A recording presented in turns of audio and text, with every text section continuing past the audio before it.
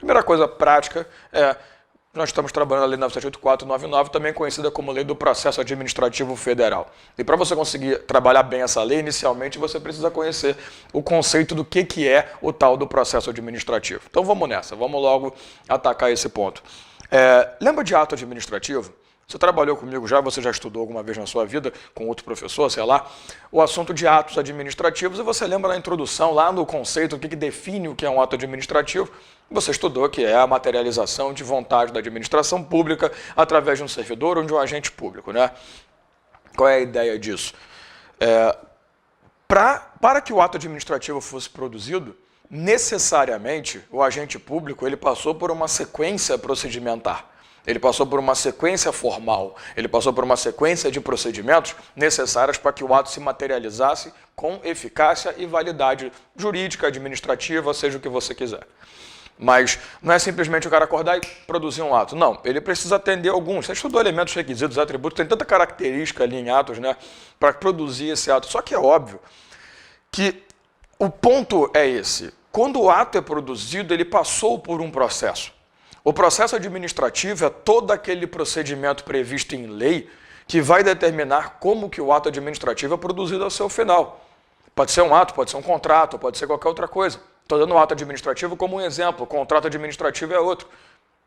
Mas a ideia é que tudo passa por procedimentos. Então, porque nós estamos falando de um sistema administrativo que se rege completamente pela lei e que não pode ser feito em coisas por simples e espontânea vontade e interesse próprio, sem que se siga a lei. A formalidade é legal, o procedimento é legal, a ideologia é legal.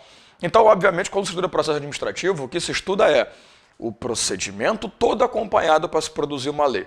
Não estou falando em procedimento administrativo, que isso é outra terminologia. Isso daí é coisa interna, atividade meio. Eu estou falando de procedimentos para que se produza o ato, um contrato ou algo administrativo. Tá beleza? Então, pensa comigo rapidinho. Imagina que foi feita uma licitação, assinou-se um contrato, tal. 10 anos depois eu quero rever essa licitação. Eu estou reanalisando os processos no meu âmbito para ver se foram todos dentro da lei realmente, porque se descobriu alguma coisa muito anormal no Brasil, né? Descobriu-se irregularidade, a gente aproveita e vê o passado. Como é que eu vou entender como é que esse processo foi produzido? Ou melhor, como esse ato foi produzido? Olhando o processo. Então a ideia de termos um processo administrativo, independente de qual for a sua intenção, é você ter uma forma de registrar, de acompanhar, de anotar, digamos assim, tudo aquilo que foi feito até que aquele ato ou contrato fosse produzido. Então a ideia é a seguinte, se você sofre uma punição da administração pública, você vai passar por um processo administrativo disciplinar.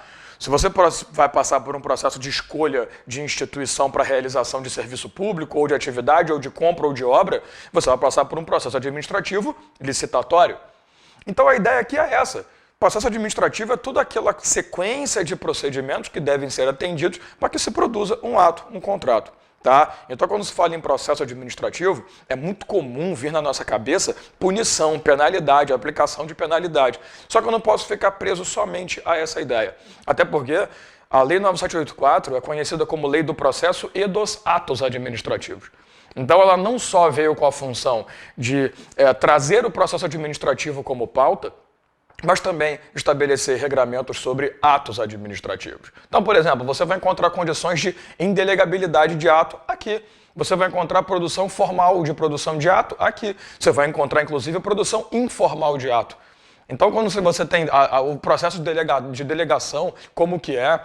Tem que ter prazo determinado, tem que definir para quem é, por quanto tempo. Eu acabei de falar prazo determinado, por quanto tempo, não, Jag? Quais são as atribuições que são delegados? Então, isso tudo está previsto aqui nessa lei. Então, essa lei está aqui para processo, para estabelecer como que se produz alguma coisa, beleza? Então, falou processo administrativo, você pensa em todo o caminho, todo o procedimento, todo o sofrimento, toda a rota que foi realizada para que você chegasse naquele ato, naquele contrato administrativo. Tamo junto?